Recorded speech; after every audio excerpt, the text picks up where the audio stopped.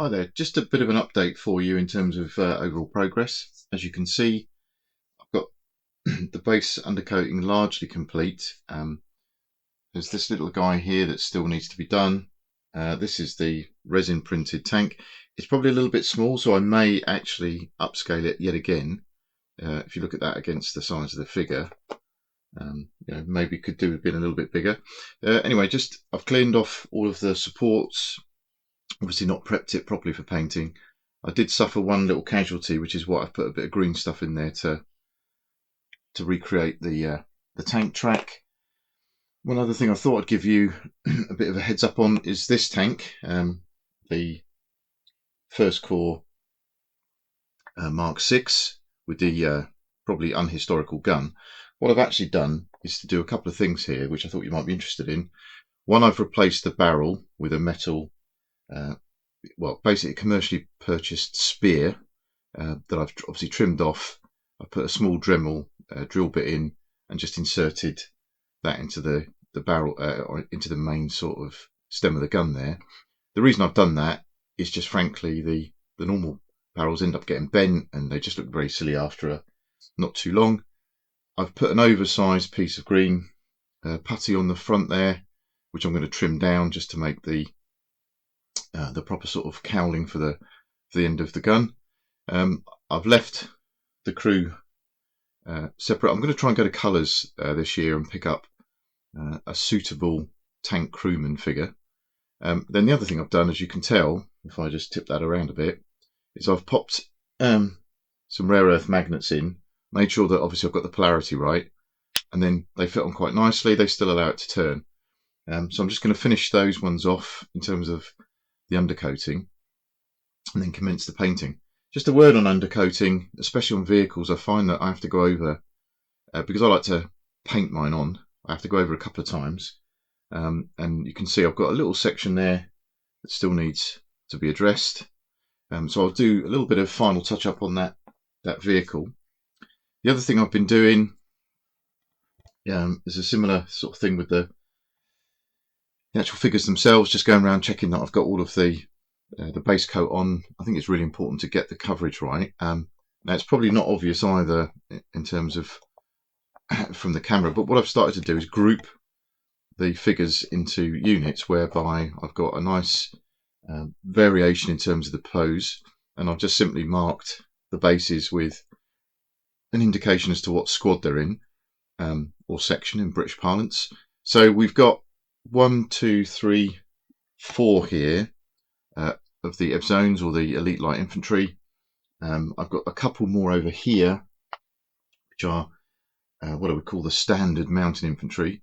In the distance there, we've got some of the command groups. Got a few more command figures here. I've kept all of the prone figures separate because what I might do for game purposes is, to be quite honest, I've got 5, and I've also got some spares down here that you can't see off camera. So I've probably got about 5 or 6 sections plus a machine gun, various sort of. I've got the light tank gun over there, or sorry, light anti-tank gun over there. A couple of mortars. Obviously, the Bren gun carrier you can see has been base coated. A few fun models that I'll probably never use, like the observer here, the artillery observer combo. But yeah, just going back to what I want to do with these prone figures, what I want to do is use those in game terms so that if the section goes down, I'll use a number of those to indicate that the figures are down, as it were. I know you're going to put a dice against them, but I just think visually putting a few of those in the mix might be a fun thing to do. So basically I'll make use of all of them. I mean, clearly I've got enough here to do way beyond sort of standard 1,000 points for a game, certainly in competition terms. But that's not a problem. Quite often our little group hosts big games, and I can see this being a nice little scenario on a much larger table where we've either got a Greek defence or Greek attack through the mountains or something similar. But that's where we are. So the next stage really is to take these guys, start putting. I did think about putting the basing on first, but again I think I won't. I'll just pick up these figures, start putting on all the flesh undercoat, and see how it starts to lift the models. It's a bit difficult for you to see on camera when it's black on a black background, but as things progress, hopefully you'll you'll join me again and you'll like the progress that's being made. Thanks very much. Okay, welcome back. Thought it was high time that gave you a bit of an update on progress. When I left you last, I'd just done the undercoating, the base black coat. As you can see, I've now progressed a little bit more. I've got the first flesh coat on. I've also put the eyes on, at least to a basic level. I've actually used Foundry's Mediterranean Flesh Triad. So this is that sort of dark to light progression. To be honest, I don't like it as much as I like the ordinary flesh colour. So I think if I had my time again, I'd do that. But given time constraints of where I need to finish and what I want to do, I'm happy to stick with the Mediterranean version. I think just a personal suggestion would be I would do a brown undercoat as the first colour and then use the normal Foundry Flesh base and mid coat. Whereas on these guys, I think I'm going to actually do more with the top coat. Anyway, it's going to look fine. However, you've probably noticed that there's a few of the guys here. If I just zoom down here, oops, hopefully the camera will catch up. Yeah. Just there we go. What I've been doing is experimenting with some colours, and I thought I'd give you a bit of an update as to what I've decided to do and how I came to that conclusion. So what you've got here is me just playing around with the first squad. I've tried washes, I've tried paints, various sort of base coats, etc. This one's had a wash on it, which is why it looks a bit rough. So this first squad's highly unlikely to make it to the battlefield, I'm afraid. But what I did to begin with was I started with my observer crew on the grounds that I thought I would use those least. And again, these have had a couple of little goes at them in terms of colours, etc. And you can see this one's quite different. Where they've got this sort of shinier finish, that's where I've tried to use a wash. But I thought I'd give you a bit of a heads up on what I've decided to do in terms of coloration. Now, if any of you have got the Osprey books, and I'll just retrieve mine now, what you'll find is that this gives you a very distinctly brown effect for the Ebzones and for the Greek troops in general. Let's come out a little bit, because what it shows us is this sort of coloration. And even if we look inside the book a little bit at the main colour plates in the centre, we've got a very sort of brown effect. And I think to be honest, they've gone, I don't think this is right, for reasons that will become apparent soon. I think, yes, it was green, it was material supplied by Britain, but they also had local sources as well, and there were at least 4 issues of equipment. So I always like to try and do a little bit of base research when I'm evaluating the armies or trying to put things together. Obviously, it's quite difficult sometimes to get a true colour. Now, but I would say that there's a very good group of reenactors for World War II Greece. I'll paste the link in at the bottom of this video so that you've got a fair chance at finding them. Their equipment, their sort of tunics, their coats, etc., are very much on the greener side rather than that pure brown. I also picked up a couple of Greek source books, and I think this sort of illustrates quite nicely. Let me just put it on top of these figures. Excuse me for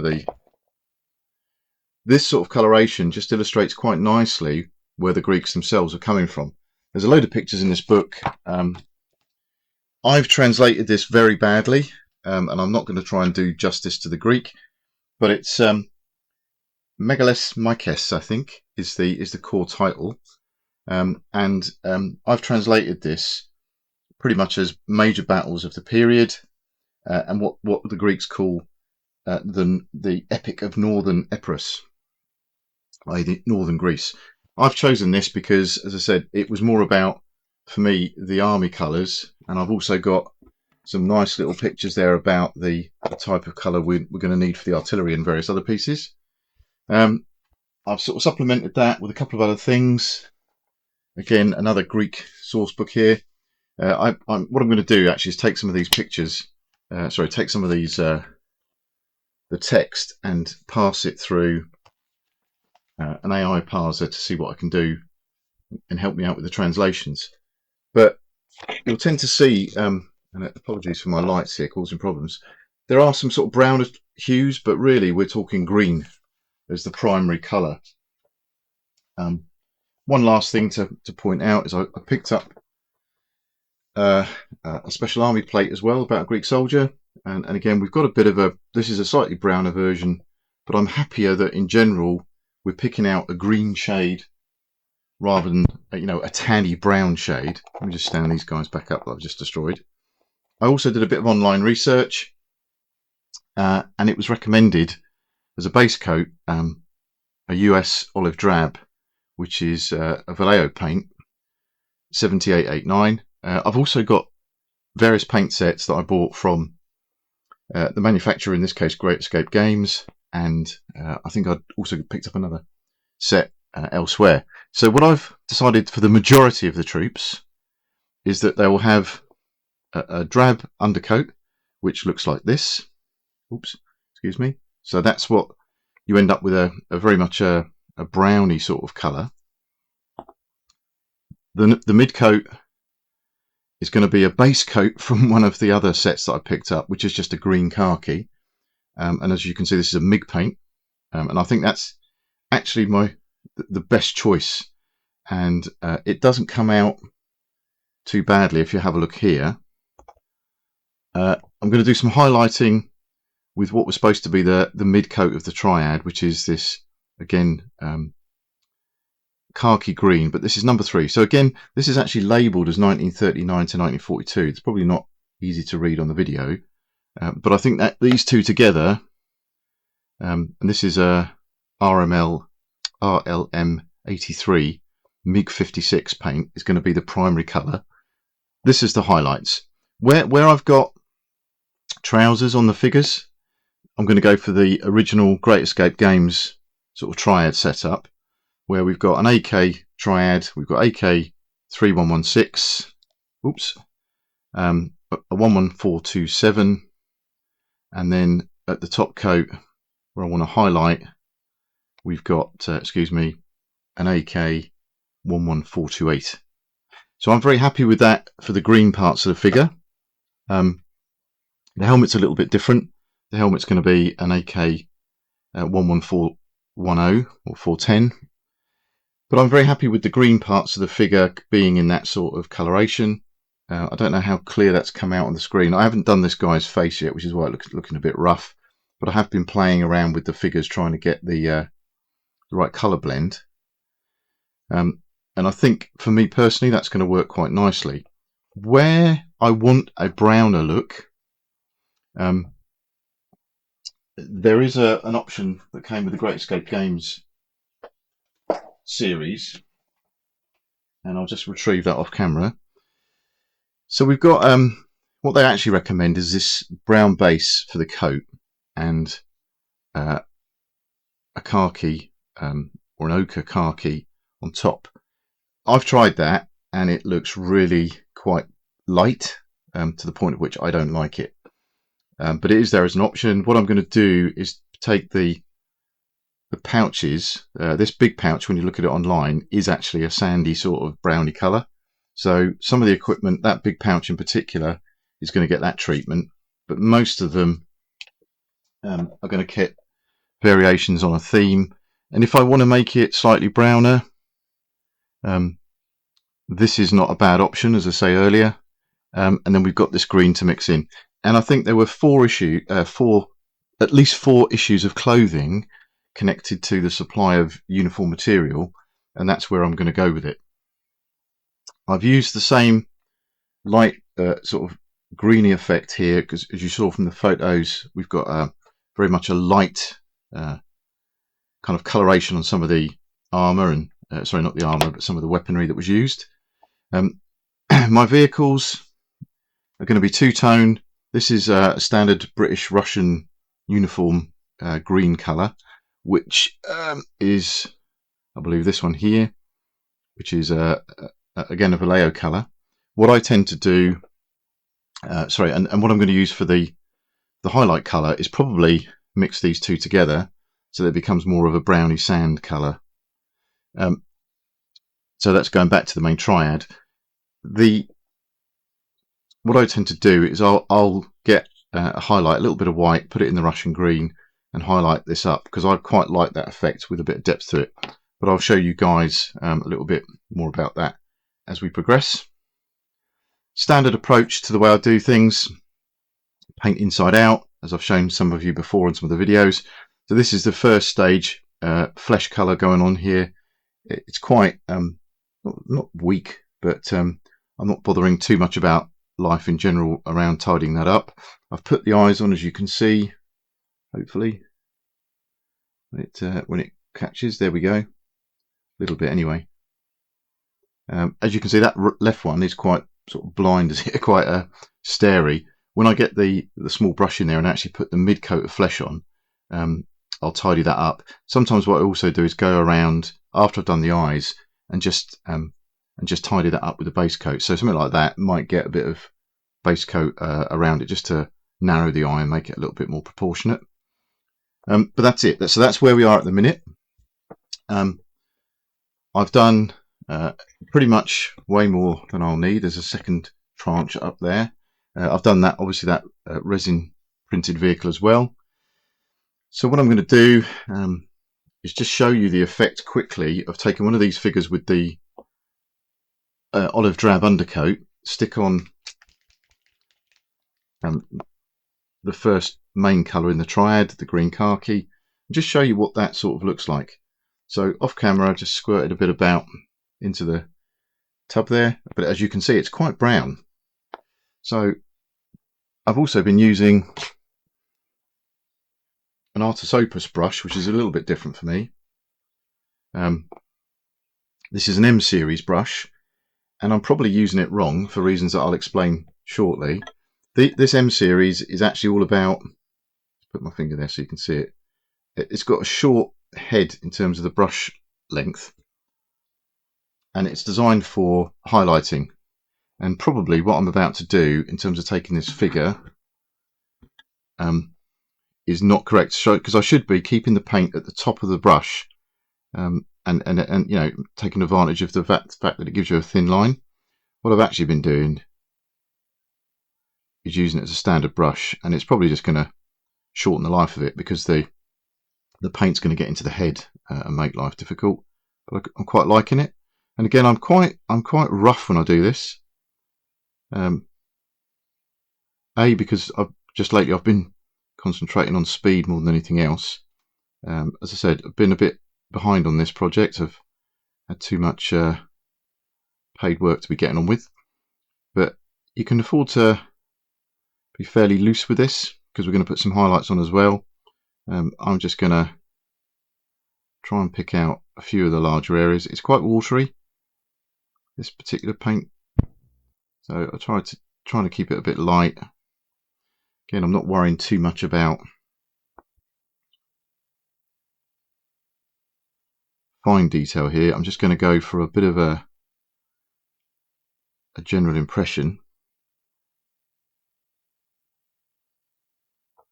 But you get the idea of how we're doing this, and the sort of coloration we end up with. And it's surprisingly green when it dries, because obviously you've seen some of the examples, and it wouldn't really indicate that it's going to be that green.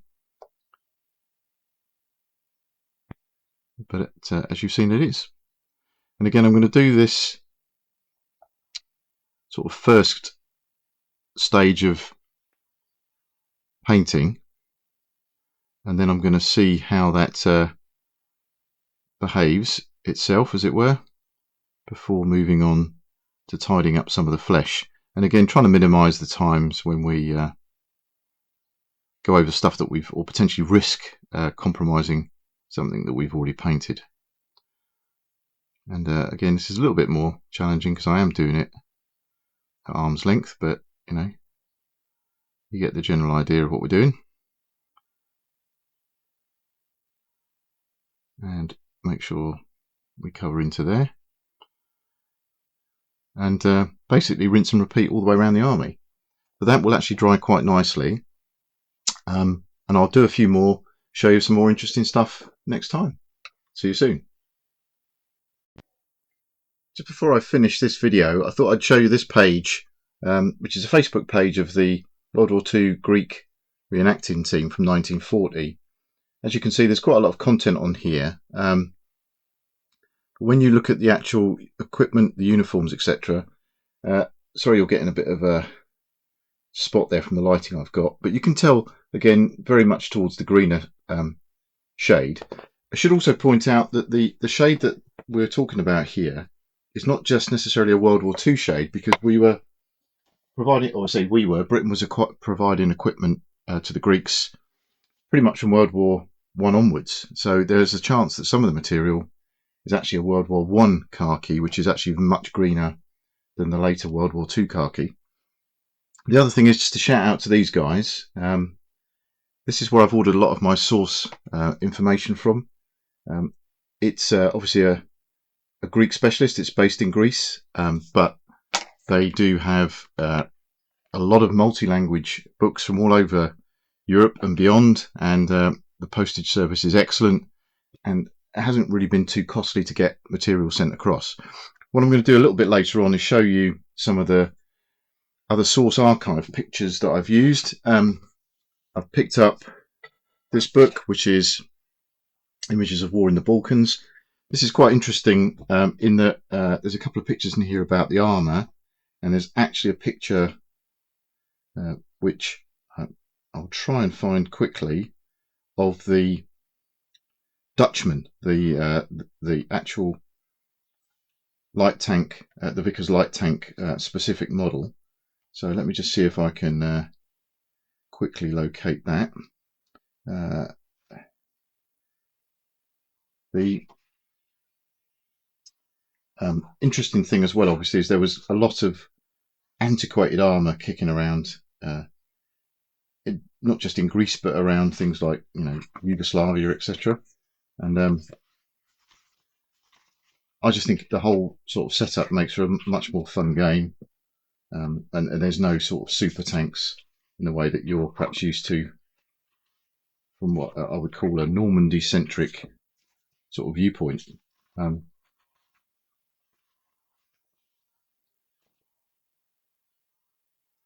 We're up to, where are we with this thing now? Let's have a quick look. Apologies, I did have this page marked. There's also a couple of shots which are very sort of okay. So here's the Mark. Here's a standard Mark 6, which I believe is British armour that was captured or destroyed. But we've also got a variety of cruiser Mark A10s and A13s, etc.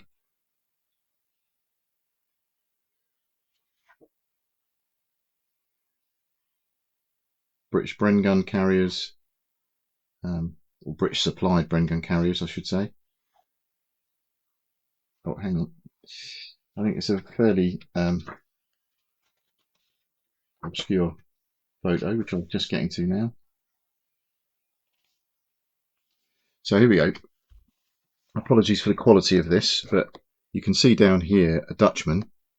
And as I said, this was made for the Dutch East India Company, I think.